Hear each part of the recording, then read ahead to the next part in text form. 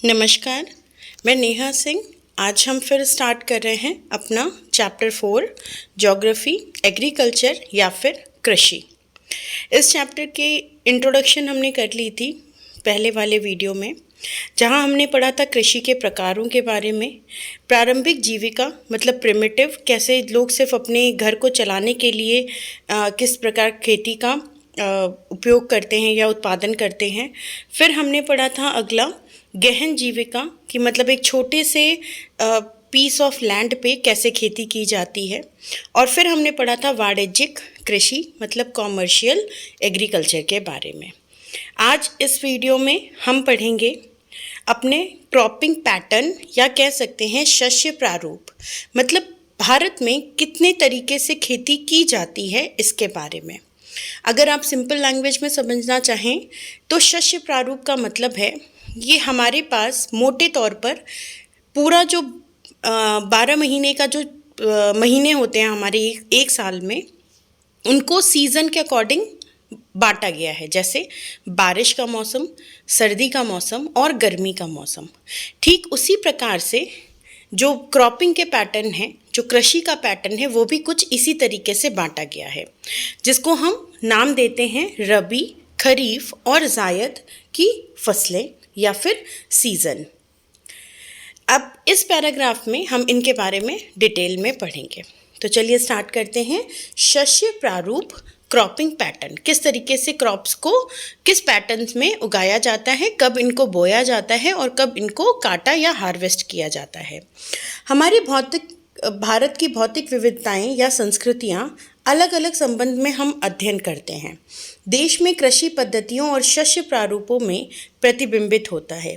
इसलिए देश में बोई जाने वाली जो फसलें हैं वो अनेक प्रकार के खाद्यान्न, हम इस चीज़ में बहुत रिच हैं कि हमारे पास सारे मौसम हैं और अनेक तरीके की अलग अलग प्रकार की मिट्टियाँ पाई जाती हैं, जिसकी वजह से हम बहुत ज़्यादा तरीके के प्लांट्स या वेजिटेबल्स या ग्रीन्स या अनाज उगा सकते हैं। रेशे वाली फसलें, सब्जियां, फल, मसाले इत्यादि, इन चीज़ों में भारत लगभग सर्वश्रेष्ठ है और काफ़ी मात्रा में इन चीज़ों का उत्पादन कृषि के द्वारा करता है। भारत की 3 शस्य ऋतुएं हैं। आपको ये क्रॉपिंग पैटर्न या सीज़न लर्न करने हैं। 3 शस्य ऋतुएं हैं, रबी, खरीफ और जायद। रबी की फसलें शीत ऋतु में अक्टूबर से दिसंबर के मध्य में बोई जाती हैं। देखिए, ये इम्पॉर्टेंट चीज़ है, आपको इनको इसी पैटर्न में याद करना होगा। ये चैप्टर ख़त्म होने के बाद मैं आपको एक टेबल एक छोटे से शॉर्ट वीडियो में समझा दूंगी कि उस टेबल के थ्रू आप कैसे लर्न कर सकते हैं। ये बहुत ईजी है। अभी आपको शायद पढ़ने में ये थोड़ा सा डिफ़िकल्ट लगेगा, लेकिन आप अगर इसको ध्यान से समझेंगे तो मैं आपको ट्रिक के साथ इसको बता देती हूँ। रबी फसल को याद करने का तरीका है कि रबी फसलों को शीत ऋतु में अक्टूबर से दिसंबर के बीच में बोया जाता है और लगभग 4 महीने बाद, हमेशा याद रखना, देखो अगर हम 12 महीनों को डिवाइड करें, रबी, खरीफ, जायद, हमारे पास 3 फसलें हैं, तो अगर हम 12 महीने को 3 से भाग करेंगे, डिवाइड करेंगे, तो हमारे पास 4 महीने अप्रॉक्स आते हैं। ठीक है, तो 4 महीने हम एक फसल को देते हैं, ऐसा हम मान के चलते हैं। तो रबी को हमने 4 महीने दिए, खरीफ को हमने 4 महीने दिए और जायद को लगभग हमने 3 से 4 महीने का टाइम दिया। तो सबसे पहले हम बात करते हैं रबी की फसल के बारे में। रबी की फसल शीत ऋतु में बोई जाती है। अब शीत हमारे भारत में कब से शुरू होती है? शीत ऋतु अक्टूबर से दिसंबर के बीच में। तो हम ऐसे याद कर सकते हैं कि शीत ऋतु में क्या है, अक्टूबर से दिसंबर है और उस टाइम पे रबी की फसल बोई जाती है। और इससे अब 4 महीने बाद आ जाएगी ग्रीष्म ऋतु। अगर हम देखिए, मान लेते हैं हमने अक्टूबर या नवंबर में हमने मान लीजिए हमने बोया है, तो नवंबर से 4 महीना, दिसंबर, जनवरी, फरवरी, मार्च, तो अप्रैल में हम इसे काटेंगे। अप्रैल से जून के बीच में हम इसे काटते हैं। और अब इसमें इम्पॉर्टेंट कौन कौन से हैं? गेहूं, जौ, मटर, चना और सरसों इसकी मुख्य रबी फसलें कहलाती हैं। भारत में जो रबी फसलें हैं वो मुख्य तौर पे गेहूं, जौ, मटर, चना और सरसों हैं। यद्यपि ये फसलें देश के विस्तृत भाग में बोई जाती हैं, मतलब बहुत सारे भाग में या बहुत सारे स्टेट्स में बोई जाती हैं, जिसमें से कुछ इम्पॉर्टेंट हैं। उत्तर और उत्तर पश्चिमी राज्य जैसे पंजाब, हरियाणा, हिमाचल प्रदेश, जम्मू कश्मीर, उत्तराखंड एंड उत्तर प्रदेश। गेहूं और अन्य रबी फसलों के उत्पादन के लिए महत्वपूर्ण राज्य हैं। ये जो हमने अभी पढ़े पंजाब से उत्तर प्रदेश तक, ये गेहूं और अन्य रबी फसलों के लिए ये इम्पोर्टेंट राज्य हैं।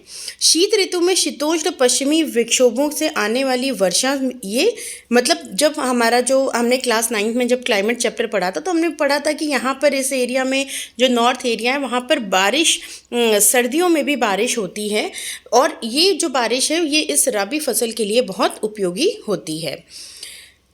फसलों के अधिक उत्पादन में सहायक होती है। पंजाब, हरियाणा, पश्चिमी उत्तर प्रदेश और राजस्थान के कुछ भागों में हरित क्रांति की सफलता भी उपयुक्त रबी फसलों की वृद्धि का एक महत्वपूर्ण कारण है।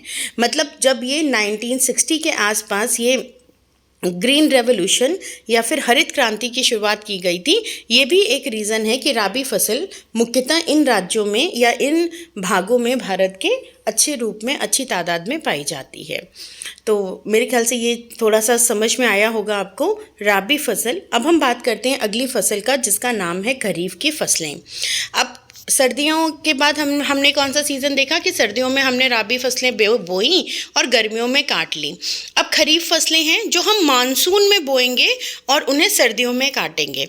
तो मानसून या फिर रेनी सीज़न की जो फसलें हैं उनको हम बोलते हैं खरीफ की फसलें, और ये मानसून के आगमन के टाइम पे बोई जाती हैं। मानसून हमारे देश में लगभग सितंबर के अक्टूबर के बीच में आता है, और जून और जुलाई के बीच में आता है, और सितंबर अक्टूबर के टाइम पे हम इसे काट लेते हैं। इस ऋतु में बोई जाने वाली जो मुख्य फसलें हैं वो हैं चावल, मक्का, ज्वार, बाजरा, तूर या अरहर की दाल, मूंग, उड़द, कपास, जूट, मूंगफली और सोयाबीन। एक तरीके से आप देखिए, इनको आप ऐसे सेग्रीगेट कर सकते हैं या अलग कर सकते हैं कि लगभग जितनी प्रकार की दालें हैं, ठीक है, और मिलेट्स हैं, है ना, ज्वार, बाजरा, मक्का, ये लगभग इस खरीफ के टाइम पे बोई जाती हैं। इनके लिए मुख्य जो प्लेस हैं या मुख्य जो राज्य हैं वो कौन कौन से हैं? इसमें असम, पश्चिमी बंगाल, उड़ीसा, आंध्र प्रदेश, तेलंगाना, तमिलनाडु और केरला, महाराष्ट्र विशेषकर कोंकण तटीय जो क्षेत्र हैं, उत्तर प्रदेश और बिहार में की जाती है। तो ये कुछ राज्य हैं जो हमें याद करने होंगे कि यहाँ पर खरीफ की फसलें बोई जाती हैं। पिछले कुछ वर्षों में चावल पंजाब और हरियाणा में बोई जाने वाली महत्वपूर्ण फसल बन गया है। असम, पश्चिम बंगाल, उड़ीसा में धान की 3 फसलें होती हैं, आस, अमन और बोरो। ये बेटा MCQ के लिए इम्पॉर्टेंट क्वेश्चन है कि आस, अमन और बोरो किस चीज़ की फसलें हैं या किस फसलों को हम बोलते हैं। तो ये उड़ीसा में धान की फसलें हैं। धान का मतलब होता है चावल की जो ग्रेन्स होते हैं, चावल के जो पैडीज़ होते हैं, उनको हम धान कहते हैं। रबी और खरीफ की फसल की ऋतुओं के बीच ग्रीष्म ऋतु में बोई जाने वाली जो फसलें होती हैं उनको हम जायद की फसलें कहते हैं।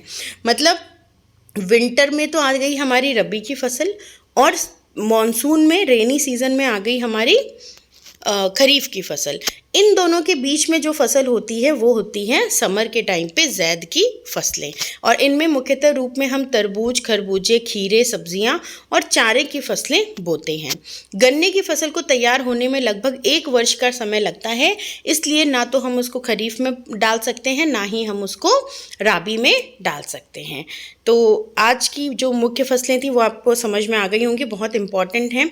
इसको लर्न करना थोड़ा मुश्किल है, लेकिन मैं कोशिश करूँगी कि चैप्टर के एंड के बाद में मैं आपको एक छोटा सा चार्ट बना के दे दूं जिससे आपको ये इजी हो जाए। ये वीडियो यहीं पे एंड करते हैं, और अगले वीडियो में हम मिलेंगे मुख्य फसलों के साथ, और तब तक के लिए नमस्ते। अगर आपको ये वीडियो हेल्पफुल है, समझ में आया है, तो प्लीज़ सब्सक्राइब ज़रूर करें। मिलते हैं अगले वीडियो में, तब तक के लिए नमस्ते।